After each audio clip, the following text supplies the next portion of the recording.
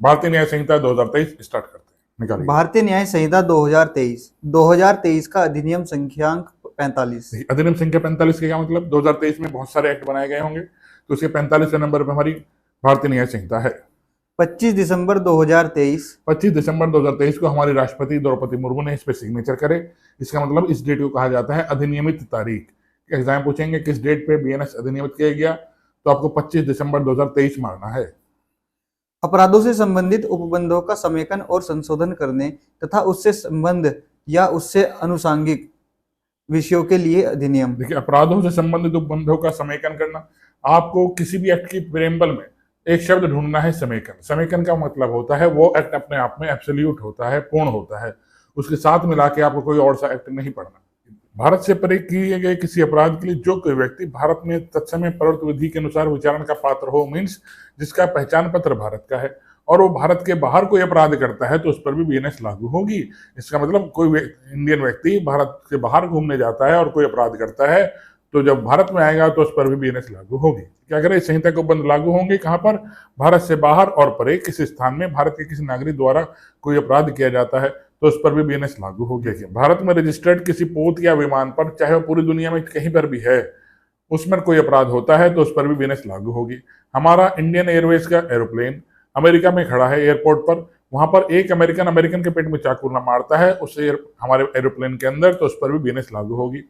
हमारा पानी का जहाज अमेरिका के बंदरगाह पर खड़ा है और उसमें एक अमेरिकन इंडियन के पेट में चाकू मारता है, तो उस पर भी बीएनएस लागू होगी, क्योंकि हमारा जहाज का रजिस्ट्रेशन, हमारा जहाज के ऊपर भारतीय झंडा लगा हुआ है और वो भारत में रजिस्टर्ड जहाज है, चाहे पानी का जहाज हो चाहे आसमान का जहाज हो। इसी तरीके से हमारे देश का दायरा सिर्फ हमारी सीमा तक ही नहीं, जो हमारा भारत का नक्शा होता है, उसके अलावा हमारे देश का दायरा 12 नॉटिकल मील, जैसे हमारा भारत हो गया तो पानी का क्षेत्र चाहे हवा का क्षेत्र, ये भारत के बाहर का 12 नॉटिकल मील का एरिया भी भारत का क्षेत्र माना जाता है। यहाँ हमारा तेल निकलता है, मछली निकलती है, ठीक है, तो क्षेत्र सब चीज हमारी है। तो 12 नॉटिकल मील के अंदर कोई अमेरिकन जहाज आ रहा है और 12 नॉटिकल मील के अंदर कोई अपराध करता है, तो उस पर भी बीएनएस लागू होगी। दौड़ गया? चलिए, एक चीज और आ गई, आपने देखा होगा एम्बेसीज होती हैं। एम्बेसीज हमारे कितने यूएन में कितने देश रजिस्टर्ड हैं? 193 देश रजिस्टर्ड है। अंतिम 193 देश कौन सा है? दक्षिणी सूडान। ठीक, 193 देश यूएन में रजिस्टर्ड हैं, 193वां देश कौन सा है? दक्षिणी सूडान। याद रखिए आप लोग। तो 193 देशों की एम्बेसी भारत के अंदर भी है और इस तरह से भारत की एम्बेसी 193 देशों में अलग अलग जगह पर मौजूद है। इसी तरीके से दिल्ली के अंदर हमारी बहुत सारी एम्बेसीज हैं, पाकिस्तान की, ईरान की, अमेरिका की, ब्रिटेन की, सब एम्बेसीज कहाँ पर है? दिल्ली में है, हैदराबाद में है, मुंबई में है और अलग जगह पे 193 देशों में से प्रत्येक की एम्बेसी हमारे भारत में है। ईरान की एम्बेसी के अंदर या अमेरिका की एम्बेसी के अंदर मैं जाता हूं और वहां पर चोरी करता हूं अमेरिका की एम्बेसी में, तो उस पर भी भारत में बीएनएस लागू नहीं होगी, क्योंकि वो क्षेत्र किसका माना जाएगा? अमेरिका का क्षेत्र माना जाएगा। क्यों? वहां पर अमेरिका का झंडा लगा है। ठीक, इस तरह से प्रत्येक एम्बेसी को हमने एक क्षेत्र दे रखा है, आप आइए और हमारे इस क्षेत्र हमने आपको दे दिया। इसी तरीके से हम जैसे अमेरिका में रहते हैं, ठीक, अमेरिका में भारतीय दूतावास है, भारतीय एम्बेसी है, वहां पर कोई अमेरिकन के पेट में एम्बेसी में कुछ चोरी करता है, मर्डर करता है, तो उस पर बीएनएस लागू होगी। दौड़ा? एम्बेसी के क्षेत्र के अंदर कोई अपराध हो रहा है, रट लीजिएगा, वो क्षेत्र उस देश का नाम माना जाता है। एम्बेसी के अंदर मैं जाके चोरी करता हूं तो मेरे ऊपर उस देश का, अपने देश का कानून लागू नहीं होगा। जिस देश की एम्बेसी का झंडा उसके ऊपर लगा है उसका देश का कानून लागू होता है। भारत में अवस्थित किसी कंप्यूटर साधन को लक्ष्य बनाते हुए कोई चाइना के कंप्यूटर हैकर हैं, हमारे कंप्यूटर को हैक कर लेते हैं, पीओमी की साइट को हैक कर लेते हैं, आर्मी नेवी एयरफोर्स की वेबसाइट को हैक कर लेते हैं, तो उन पर भी बीएनएस लागू होगी, भले ही वो भारत के बाहर रहते हैं, क्योंकि उन्होंने कंप्यूटर साधन को लक्ष्य बनाया है हमारे। कोई अपराधी है, भारत में अपराध करके बाहर भाग गया, या अमेरिका में कोई व्यक्ति इंडियन गया हुआ है, वहां वो चोरी करता है, वहां के कानून से क्या सजा देता है मायने नहीं रखता, दी है नहीं दी है मायने नहीं रखता, लेकिन भारत में चोरी करना अपराध है।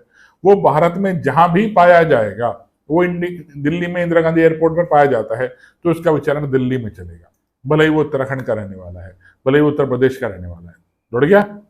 6, इस संहिता में की कोई बात भारत सरकार की सेवा के अधिकारियों, सैनिक, नौसैनिक या वायु सैनिकों द्वारा विद्रोह और अभित्यजन के लिए दंडित करने वाले किसी अधिनियम के उपबंधों या किसी विशेष या स्थानीय विधि के उपबंधों पर प्रभाव नहीं डालेगी। बस आर्मी नेवी एयरफोर्स पे ये संहिता लागू नहीं होती, क्योंकि उनका अपना आर्मी नेवी एयरफोर्स का अलग मार्शल लॉ होता है।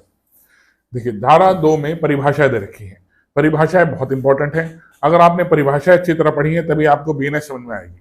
ठीक है, परिभाषा पे बहुत ध्यान दीजिए। सेशन 2 पे आ जाइए आप। धारा 2 परिभाषाएं। इस संहिता में जब तक कि संदर्भ से अन्यथा अपेक्षित न हो, एक कार्य कार्यों की एक आवली का उसी प्रकार घोतक है जिस प्रकार एक कार्य का। कार्य क्या होता है? कोई एक्ट करना।